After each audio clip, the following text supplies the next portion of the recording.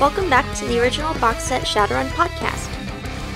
The last time Alan heard from Odysseus was through a message saying he'd found some important evidence for Alan's investigation. But now the Biergarten has burned to the ground and Odysseus isn't answering his calls. Alan begins his search, but does Odysseus even want to be found? Our GM is Max. Alan is played by Robin, Odysseus is played by John, and Gears is played by Jay. Additional voice work by Cassie Polhammer. We hope you enjoy listening. We are picking up a little while after the whole incident. A tragedy recently took place, listed in the local news, that a local German-themed eatery was attacked, had an armed robbery, and in the event of it, it was burned to the ground. All right, well, there have been some calamities in Odysseus' life as of recently, so we need to catch up to find out how he's been dealing with the Tong, actually figuring out who he is and catching up with him. Good job. Do you want to tell him what happened to the building? I don't know. Does he want to know? Oh, no. I already know what happened to the building. Well, tell us. Well, I mean, the news report was fairly thorough. Armed robbery and then arson. But, yeah. It might have been my fault. Because I forgot my mask was in my pocket and not on my face. Uh-huh. When I broke into one of their warehouses. Well, that's what happened, why it happened, but not what happened to their Biergarten. Oh, well, I don't know. When I got there, the building was already on fire. So I missed whatever burglarizing and then gasoline pouring happened. Did you stick around to find out more information? No, I gathered Olga and all my important belongings out of my burning apartment and leapt out of the fire escape. But no, I did not stick around because I was afraid that perhaps there were still Tong in the area that might be watching for me to return, so I needed to get in, get out, and not get burned. It was rather interesting that while you were there, you were able to perceive that there were a lot of police policing the area. There were ambulances, fire trucks dealing with it. The buildings nearby had caught on fire. Just a few of them. Not many, but not enough to actually do damage to them. It was like an urban scorched earth policy. Two wow. of the ladies who worked serving food and beverages, a Laura Wilson and Brenda Johnson, they died in the robbery. The owner of the establishment, Hans? Yeah, he got away. He got away, but he did report later that he got shot at. Yeah, so that was pretty much it. 2 died in the fire/robbery. Oh, man. That's rough. Yep. Also, the fire was so bad that it caught some cars on fire, too. Which the fire chief is reporting that this kind of thing happens. Cars will catch on fire outside of a burning building. I don't have, knowledge burning buildings or anything, but that sounds suspicious. Can you roll for bullshit? You really shouldn't have to roll for bullshit. It's bullshit. I mean... Yeah. Was one of the cars Hans's car? Yeah. Okay. I don't know who the other car might have been. I guess one of the employees. Because I don't have a car. That's a good possibility. No need to skill roll that the fire chief probably sits in someone's pocket. Oh, well, of course. Alright, so catch us up with what Odysseus has been doing. So, as soon as I made it out of the burning apartment, I left to, the slums where Ruby stays at. The kind older lady that I ran into on the bus. Ruby is somewhere in the northern, downtown, southern Sonomish area in some unfinished construction buildings. Yeah, so I would have gone there to hang out with Ruby for a while, lay low, and all that. Okay, so keep going, kind of give us some descripts, give us an idea what's been going on with you, Ruby, and all that good stuff. The building fire was just a few days ago, right? Mm-hmm. So, when I got there,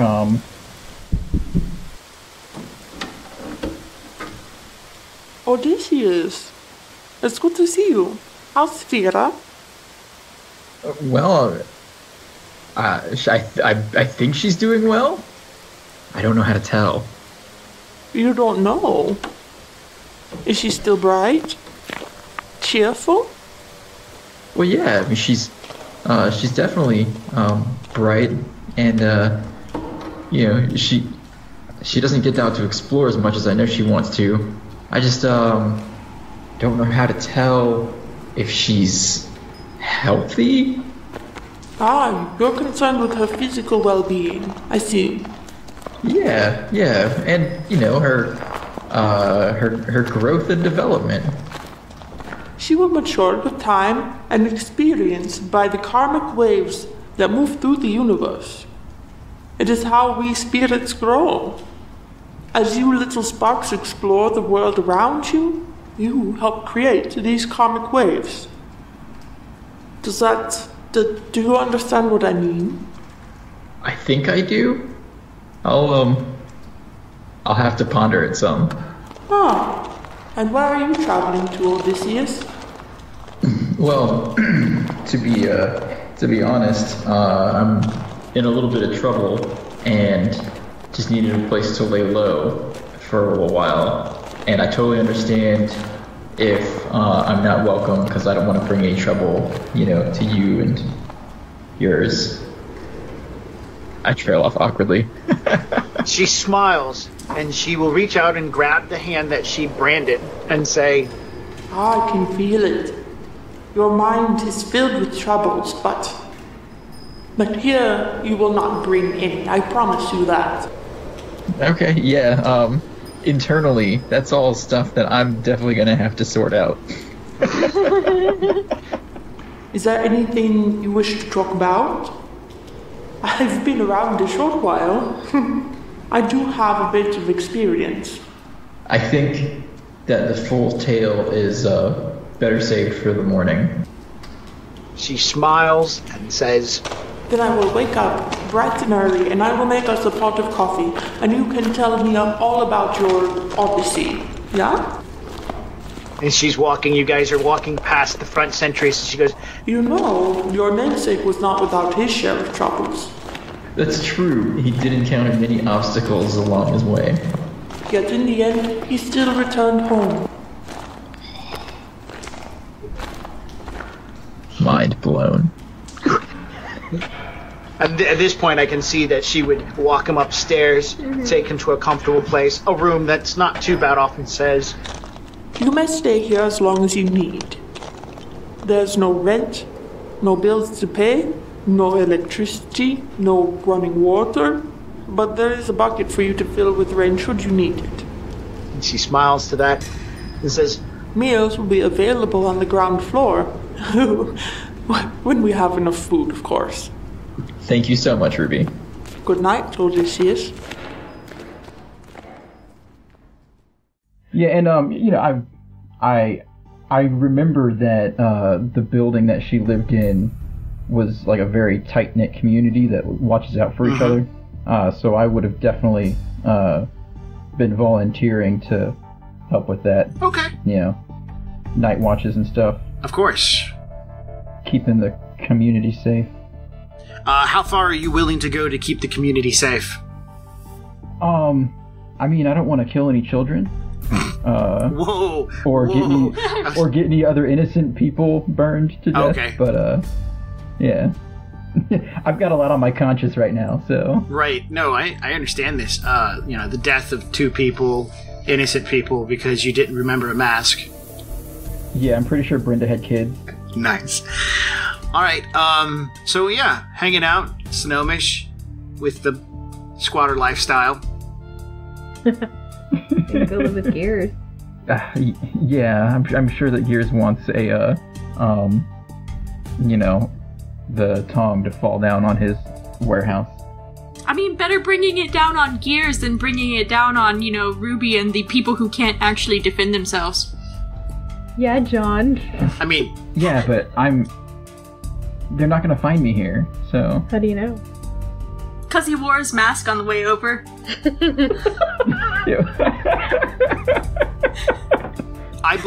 Underneath my motorcycle helmet, I was wearing my mask. I believe you have enough smarts to at least drive in an indirect way to get to Ruby's instead of like, oh man, I'm going to drive from the burning building straight to Ruby's. Oh yeah, no, I would have gone south, down to Renton, and then around through Redmond, back to Sonoma. Oh yeah, that sounds like a brilliant idea. No, it seriously does. It's much more smart than just driving there, because I'd been like, no, the tongue's already here. You need a new place. I taped a note to the burning building saying you can find me at this address. Oh my goodness. No, definitely not. Living in this place with Ruby, it's still considered squatter status. Yeah. So we're gonna while you waller in the dirt, we're gonna move on to go check out Gears. Gears' place in the Redmonds isn't that bad off. He's shored up some ends, found access to electricity. Nobody shut that off yet. He's put in turrets. His lifestyle's doing pretty good. Keeps up the rain. He's got a roommate. So let's check in on see how Gears has been doing. Gears has been doing really good. I'm pretty much set up to start my criminal crime spree. Yes. Criminal crime spree. Yeah. So what kind of criminal activities are you preparing to achieve? I plan on shooting cargo planes out of the air and taking the loot. Cargo planes? Mm-hmm. Cargo drone? Drones, yeah, drones. Entire plane. No, just the drones. Maybe one day I'll work up to planes. I think a government might try to stop you then. At this point, taking out drones will only make FedEx fed up. Alright, so, so take it from there. What has he been doing? Preparing everything, writing the programs, spending some time with his roommate, doing some drugs. Heck yeah. That's really about it. Alright, in non-local news, I have some bad news for you. One thing of bad news. In your most recent visit to Yan Yan, she was no longer around. Her roommate said that she was rushed to the hospital after some sort of epileptic seizure took place. And since her roommate isn't family, she can't go to the hospital. And since Yan Yan doesn't have insurance, she has no idea where she's at. Okay. So you can take Yan Yan off as far as it goes for contact. Okay. I will say that if you want to, you will have recently purchased some tempo, and so you still have some of the good stuff left behind. Yeah. Awesome. We can totally roll with that. Okay. So you've got at least 6 months worth of tempo, so you need to probably try to wean yourself off or find a new source. Okay. How are you intending to do all this stuff with just your... Are you going to, shoot them out of the air? I mean, do you have a master plan? I'm going to shoot them out of the air and try to catch whatever the item is with my drone. Have it land on my drone. All right, so, yeah, that sounds like a... Are you going to build some sort of basketball hoop catching net for the top of it? Actually, now that I think about it, what I could be doing, or could have done with my time, was make, something to grapple, like a claw or something. So I'm thinking I just want to be able to shoot it, and then, or grab the item, and then shoot it. Shoot the drone. All right, where will this gun be at? The guns are the ones that are mounted on the top. Okay, so your Dalmatian's going to fly up, snag the package, and then blow the other drone to pieces. Yes. With a close-range shot. Yes. Okay, I'm totally down with that. So you've been building this claw? Yes. All right. Give us a... Well, shit, let's go ahead and hear some description on your first successful milk run with this. So, I would be following in my van, because it actually sits on top of my van. And the drone does. And then as I'm driving, I release it and fly it. And I will be autopiloting the van and hot simming into the drone. And I'm going to fly up to it. I'm going to run my stealth program. There was something else I needed to run too. Evasion, stealth, and clear sight. So I'm going to have those 3 things running. I'm going to fly, sneak up on it. The drone that I'm about to attack, does it itself have weapons on it? I don't know. You tell me. Who are you going after? FedEx? UPS? I'm going to go after whoever has a Fairlight Excalibur. Well, that's just it. You don't know who's shipping a Fairlight Excalibur. You just know that, which company has the most money. Like, FedEx is still around. Our colleges generally have little drones that do package shipments for them as well. So, I mean, you could, if you wanted to, go after an Ares Technology package drone. That one actually might have a gun on it because Ares, they make guns. I'll go after Ares yet then. I'll go after a FedEx drone. I'm pretty sure they don't have guns on them. That costs too much money, and an A-rating corporation, FedEx, doesn't have that kind of standing. Okay. Like I said, I'll be in my van, autopiloting the van, hot simmed into the drone. I'm going to sneak up onto the drone from behind and attempt to grab the item with my mechanical arm. Okay. All right, well, yeah, keep describing, man. We're listening. And then, once I have a hold of it, I'm going to open fire on the drone and back up and try to rip the item out of it as it's falling. And then I would fly it back to my car and haul ass out of there. And that's it. Yeah, great. All right. I'm kind of thinking that it should be something practical for this first attempt. Yeah. Like, something that's normally shipped. Toilet paper. Figures. A 24-pack of Charmin. The Ultra Soft. Yeah. Ultra soft. Ultra Soft. It feels like you're wiping your butt with a cloud. Uber Ultra Soft Charmin. Uber shaman. Uber Shaman. It's ridiculous. Yeah, cool. So, let's catch up with Alan Parsons. How's that thing going? He's been trying to figure out how to get in on Odysseus's investigation, and when he hears the Biergarten fire. Oh. Yeah. He does not know, but he knows that contacting him is going to be very tricky and probably very dangerous for both of them. So he walks through the rainy streets of Seattle. It's not that bad right now, but he can tell that there are storm clouds rolling in. Wonders how his life managed to get this way, but then shrugs off because he knows how it got this way and he made his choices. And is walking along, sees a Catholic church, walks in.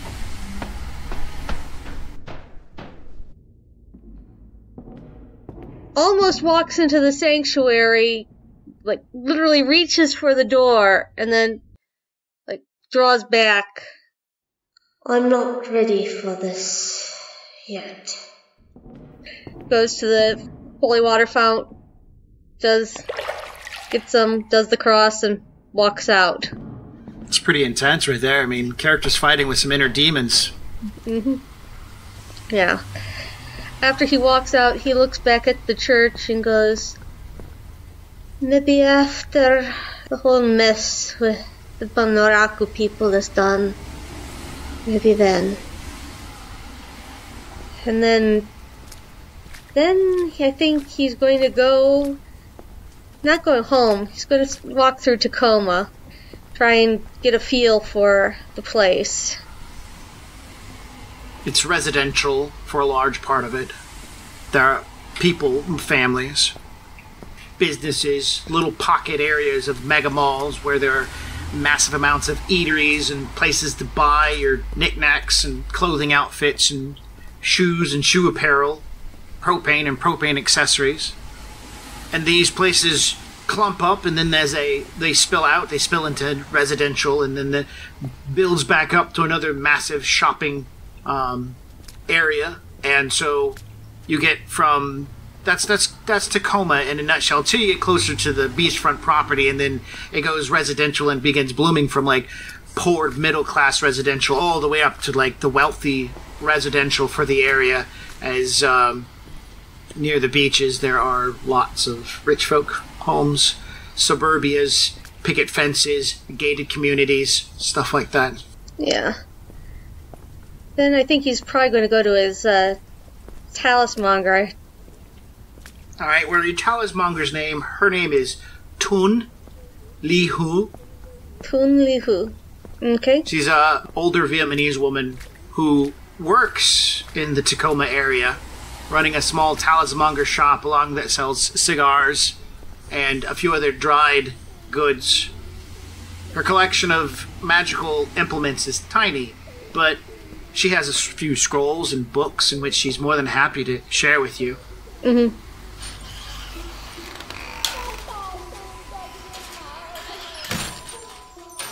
Ah, Detective Parson. Chào bạn. Madam Tun, it is good to see you. Yes, it's good to see you too. But why are you here so late? I have some very particular needs. Bạn cung cấp tấp. I got new batch lavender, some peppermint, sage, and amber resin too. Bạn mua? You like these? You need some? That's part of why I'm here. Well, what do you want then? I have a need for some particular information. Spit it out, Mr. Parson. It's late and I want to close up shop soon. There is a spell. It's not the kind of spell that one acquires through the usual channels, shall we say. You know better. I'm not some underhand dealer. I do things proper way. But I got reagent. You buy some? Bạn mua? Maybe buy more? Her open palm with fingers being rubbed with thumb tells you that there might be some sort of lucrative way to enhance the communication. Yeah, he understands. He buys a few drams of reagents, and then when she asks for the payment, he puts 200 extra in the payment. You are orc. Mick Nestar. Meknestar. Đó là tên của anh ta. That's what he called. He stay in underground city. Đối lại nổi xô. But if I want to get underhand spell, I go see Nestar. But you don't go down there by yourself, Mr. Parson. You tiny elf. You just want more food source for the orcs in the underground. That's racist. Well, this game has racist connotations in it. I mean, it's part of the game. Yeah, she just said orcs will eat elves because they're cannibals. She totally went there. Yeah. I thank her for the information, then go home. After sensing the home from the opening, that's when he goes in further and starts doing the hammered dulcimer while he thinks things through and comes up with the conclusion that he's going to have to contact Odysseus at some point very soon, because with the line of work he's in, there's just too much risk to not knowing how to use this ability. not having this tool in his toolkit. Okay. What things how would you like to accomplish moving forward with your investigation into the bunraku, the werewolves, the everything? Did Odysseus give me any information before he disappeared? Or am I back at square one? I'm pretty sure that in my haste to get away from the warehouse, my message to you wouldn't have contained a whole lot of information other than I've found something that's going to break the case wide open. So you know that you need to contact Odysseus because he's found a clue. But yes. You also know that for whatever reason, Odysseus's residence burnt down. And it was an armed robbery that led to an arson that also destroyed 2 vehicles, killed 2 people. And you probably watched the same video footage and heard the fire chief say the same shitty excuse for why the cars caught on fire. Yes, but he knows this is a bunch of crap, but he knows Odysseus is good, so following the crap isn't going to find him Odysseus, to my way of thinking. Do you tend to, right after you jump out there, start hunting down Odysseus, or do you want to wait and get Odysseus to contact you? What's your plan of action here? Plan of action is probably wait a day. Mm-hmm. And if he hasn't heard, try contacting him. And if he still hasn't heard, start hunting. Okay. So what ID do you have of Odysseus? I have Odysseus. All right. So Odysseus, is Odysseus's ID up and running? No. Okay. Well, we know how that's going to go.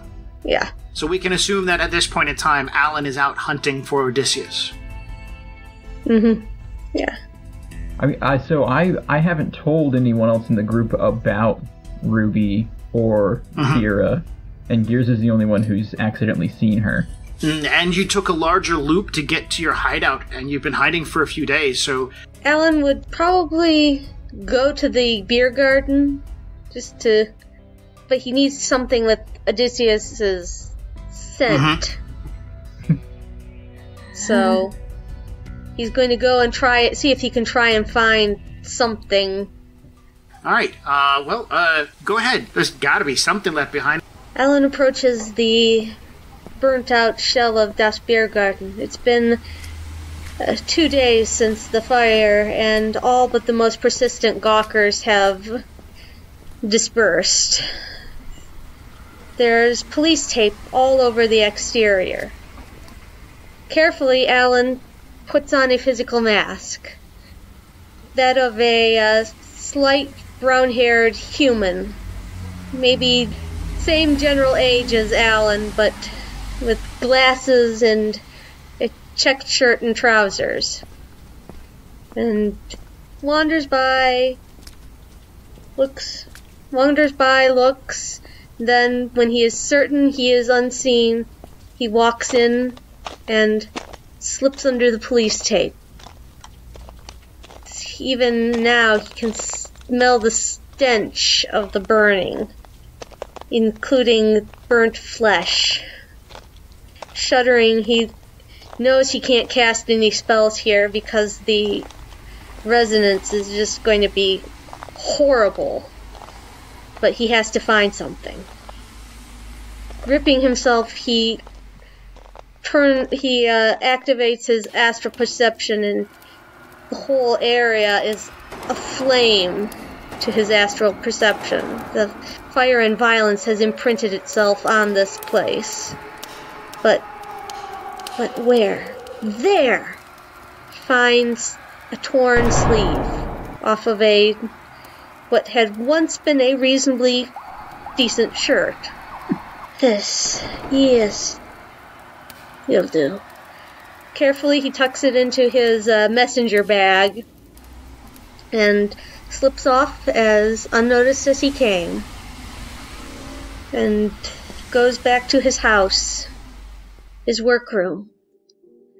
And then, after taking a cleansing ritual bath, he steps into the workroom and concentrates and calls just a whiff of a breeze into being.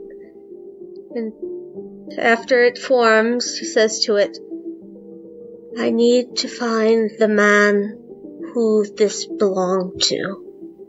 And then steps into the astral plane, leaving his body behind. I can see that the breeze dances around the cloth piece, causing it to levitate for just a few minutes, or in the astral space, it drifts slowly to the ground. And then with that signature, the Watcher begins dashing off across Seattle. Watchers are rather careful. They're not going to go into someplace dangerous. But if they think they get a clue, they'll come and find you. So you could have quite a number of them running around. And you as well can use this as kind of like a trail. It would be... It's going to be hard. It might take more than just a day's worth of time to use this technique to find him. But the good news is, you're probably going to find him. Yep. I call, after seeing that Watcher go off, I call another 2. Okay. To triple the area covered. There you go. But Alan's a cautious mage, so he wouldn't... Yeah. He wouldn't call any more than he felt absolutely necessary. All right. Well, while they are actively hunting Odysseus, it's been a couple of days. You've been incognito. You've been as safe as you possibly can. And you have been taught by Ruby that everything you know and everything you've experienced, you can teach her. It's as if a normal child growing up, so you've been educated quite well. And here in this massive building, there's something that she can do that she normally can't do elsewhere. Materialize. And I don't mean materialize and look like a giant ball of flame. I mean materialize and look like an actual human child. That's a power that powerful spirits have, and as she's grown, at this point, she has the ability to materialize. Ruby warns you she is as fragile as a normal human. She has no supernatural abilities when she materializes this way. She's still very young and very weak. So, when she's not materialized and she's in the astral plane, she is very strong. Here, this way, all of her powers is focused to make her a substantial, real being. So, to her advantage while being here amongst all these other individuals, there are other children for her to have a chance to experience and play. Okay. Now, when she's materialized, does she still look like she's made of fire, but in a child's shape, or does she actually look like a child? She's a ginger. That's so cute. So there you are. You're spending your afternoon helping with moving of materials around, just generally picking up. Vera is playing with other kids when a young man, probably, we'll say he's a teenager. What did you tell them your name was? Because I don't think you would have told them Odysseus. No, McLovin. McLovin? Nemo. I like Nemo. The teenager comes up, and he's wandering around for a minute. You can definitely tell he's got a bewildered look on his face. But then he turns and he looks at you and he ponders for a moment. Then he walks forward and he goes, "Hey, Nemo? Yeah? Have you ever heard the name Odysseus?" I think I have read it in a book somewhere. Why? There's a guy out front, and he says, "You're Odysseus. Described you to a T." So, I'm gonna do a composure roll, just because it's fun when I fail it. I told him we didn't have anyone here by that name, but then he described you, and I said I'd go check. Yeah, that's, I think I successfully keep my cool. Yeah, with 21. 21. We're not playing D&D. Yeah. He rolled a bunch of dice. Yeah, I got 5d6. How many successes? Oh, yeah, right. Sorry, I forgot. Sorry, it's that other d6 game I've been playing. It's throwing me off. All right. 2 successes. I would count that as a composure. The kid continues and say, "Nemo, he's like a short blonde-haired elf is out front." Okay, so, Man, I will, I'll just kind of, like, nod to the kid as I, like, gently brush him aside. Face palm. No, brush the kid aside and, cautiously go make my way down the stairs. Yeah, of course I've got my gun. I'm reaching for it as I come to the last landing, so I can peek around the corner and see if make sure it's Alan and not somebody who looks like Alan. As you reach for your gun, moving to the last step, a small pair of hands grab a hold of you. Grabbing a hold of your hand that holds the gun. Looking back, you see Fira. Remember, she knows how you feel. Oh yeah. Sweetie, it's okay. Just stay behind me. And I'll, yeah.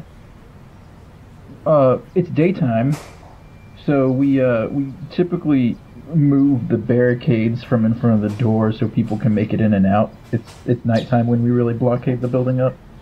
But we don't let people in when we don't know them. That's just not what you do around here.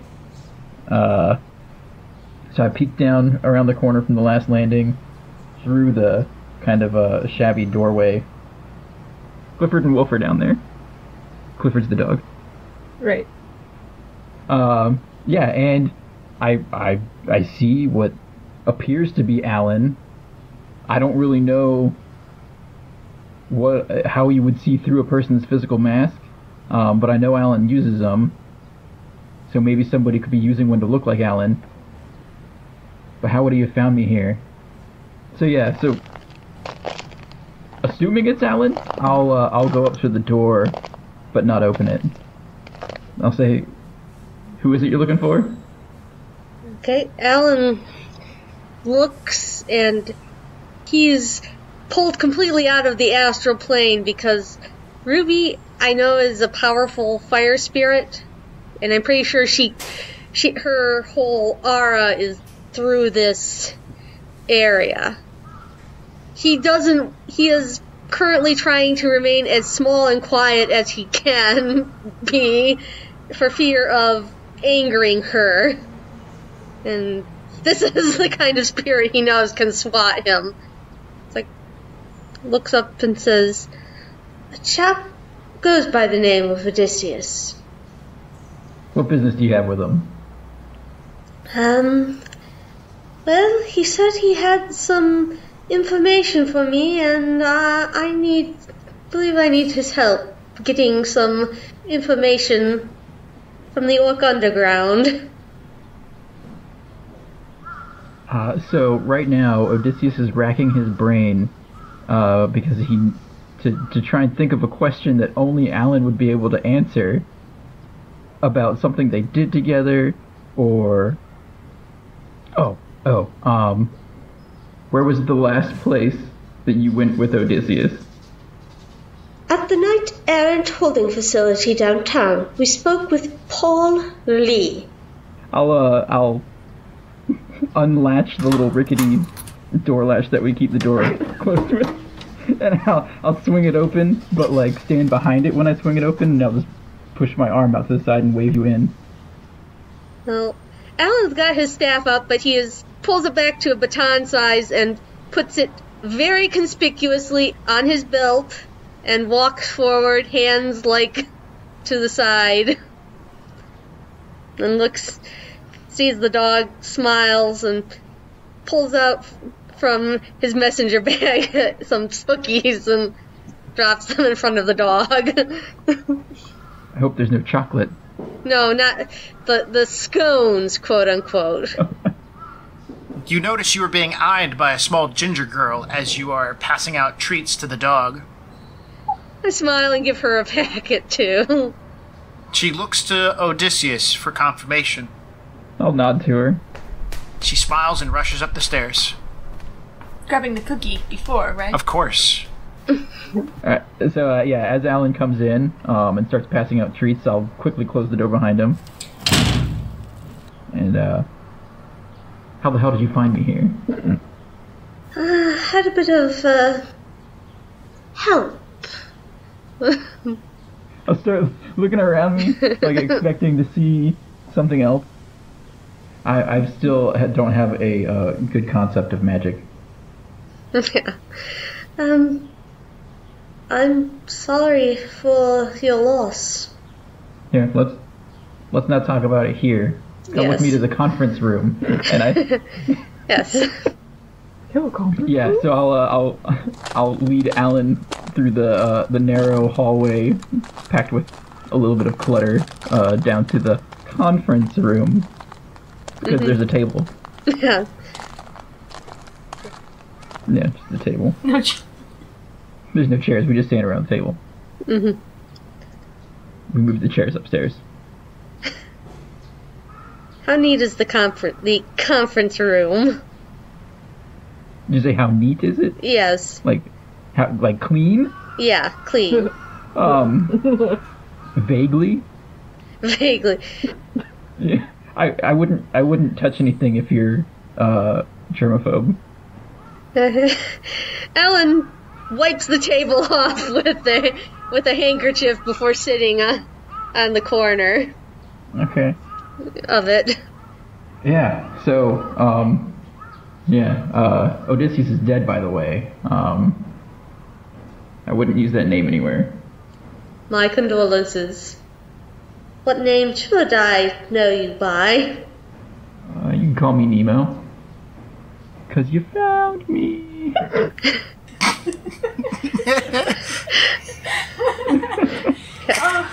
Very well, Captain. So, I assume you're here about the, evidence I found? Among other things, I have something that I also have some information, a lead on someone who can teach me something that will prove most useful in our line of work. And I need your help getting it. So... Okay. So yeah, I'll go ahead. I'll produce the bunraku lair. All right. Do either of y'all have medical skill, cybernetics, or anything like that?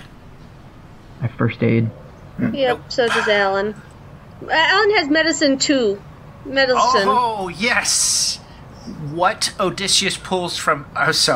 What Nemo pulls from his package is a type of cyber implant that goes into your head, a small amount of cortex explosives, as well as some wiring devices. He's handing you a bomb. Alan looks at it and just freezes. Like, almost literally. You have to check to see if he is still breathing. He is so still. Yeah, I pulled this out of a Tong warehouse. He's still staring at it, and... You can only guess of the real purpose of this device. You understand its concept. You've seen these pieces. You know the generalization. So you're making a lot of assumptions without having, like, model numbers or any type of research done into it. But you're pretty sure you're looking at a slave, bunraku, device that has explosives attached to it. He says, right. Looks up, and I'm going to say it's pretty obvious that there is cold hatred in his eyes. But whether Nemo recognizes that, since his whole face is pretty much his icy mask, except for his eyes. I mean, I can relate to the feeling. I don't know. I don't quite understand what this technology that I'm holding is, but yeah. Yeah. I know the look. Yeah. It's like, and then it says, we are going to get what I need as soon as possible, and then we are going to find the people who have making use of these and make them very, very sorry. Nemo smiles at the making them very, very sorry part. Yeah. Excellent. You explain to Nemo that you need his physical appearance to be with you as you go into the underground. Yes. And that way you can procure magic that will help you determine where this thing came from. Well, magic that will help us get away with finding out where this came from. Yes. Alright, so what are you guys going to do with this piece of tech? Nemo's going to hang on to it? I mean, I can, unless Alan really wants it. Okay. Alan doesn't want it. Are you going to tell Nemo that he's carrying a bomb around? I think Alan will, simply because he doesn't need it to be blown up. So he's going to point to the bomb and say, disarm this first. I mean, is it as easy as snipping some wires? Because we got plenty of sharp objects around here. That would be a demolition skill roll. Do either of y'all have demolitions? I've got negotiations. You cannot make a stat check on demolitions. It will fail. You have to have somebody who knows what they're doing. Well, I don't. Both of you know that Gears builds bombs because during one of the exercises that you did, Gears had door openers that he proclaimed to have been self-built. So at least you know somebody who knows somebody. He had like a whole bag full of them. He was throwing them out like candy. Yes, and at Halloween he handed them out as candy too to the Halloweeners. They loved it. Until their faces blew up. Super spicy. Super spicy candy. Yeah, so, Alan, what exactly is it that you need me for? I heard rumors about a spell that can eliminate physical evidence, which I believe is going to be most helpful in the line of work we have found ourselves in. Problem is, my friend who helps me get magical materials does not know the spell, but she heard that there's a fellow in the Orc Underground who knows the spell, and giving another baleful glare at the bunraku device has ended up. It's like, I believe it will be most useful. There's not any chance that this spell will make a bunch of people forget that they're after me, is there? Unfortunately not, but it will help reduce the chances of them being able to find you through physical evidence. I think we should do something about you. Puts a hand on your shoulder and he casts physical mask to turn, we'll say, South African troll. Excellent. Yeah. Very well, Colin. Shall we go find our associate? Yeah, let's go. Because I assume now that I'm a troll, my voice would be much deeper too. Physical mask doesn't change your voice. No. Oh, well, then yeah.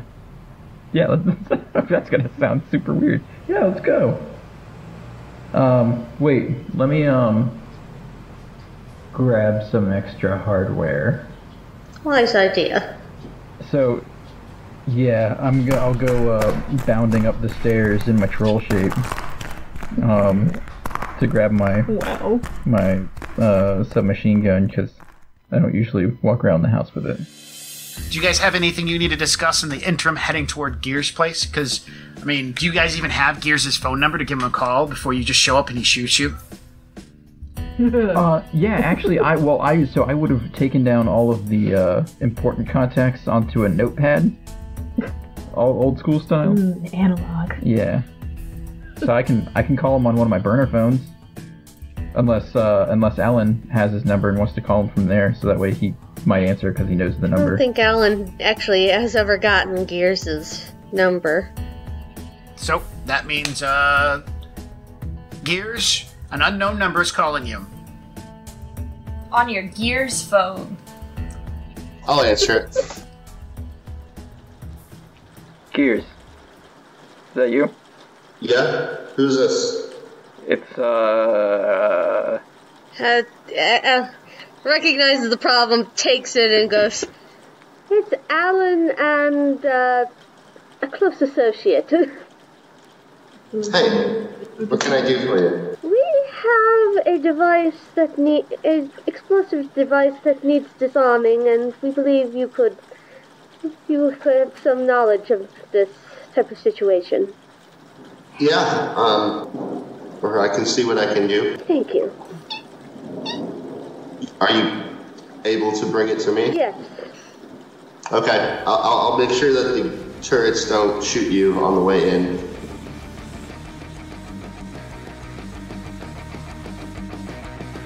Thanks for listening to the original Box Set Shadowrun podcast.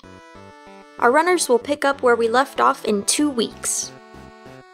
In the meantime, You can connect with us via Facebook or YouTube to check out actual play videos of the original box set playing Shadowrun and other tabletop RPGs. You can also swing by our website at originalboxset.com and check out our gaming calendar, additional information about our games, and images that inspire our worlds and characters. And if you're enjoying our work, please consider becoming a patron over at patreon.com/originalboxset so that we can continue to bring you this podcast as well as other great actual plays and entertainment. Our intro and exit music is titled Epic Song from Alpha Brutal, and trust me, the whole song's pretty epic, so check it out. We'll catch you in 2 weeks, chummers. And now for all this legal dreck. Original Box Set is licensed under a Creative Commons Attribution Non-Commercial 4.0 International License. You can share us, but please give us credit. The Topps Company Inc. has sole ownership over the names, logo, artwork, marks, photographs, sounds, audio, video, and/or any proprietary material used in connection with the game Shadowrun. The Topps Company Inc. has granted permission to Original Box Set, that's us, to use such names, logos, artwork, marks, and/or any proprietary materials for promotional and informational purposes on its website, but does not endorse and is not affiliated with Original Box Set in any official capacity whatsoever. Oh my goodness, that's so much. Okay, bye.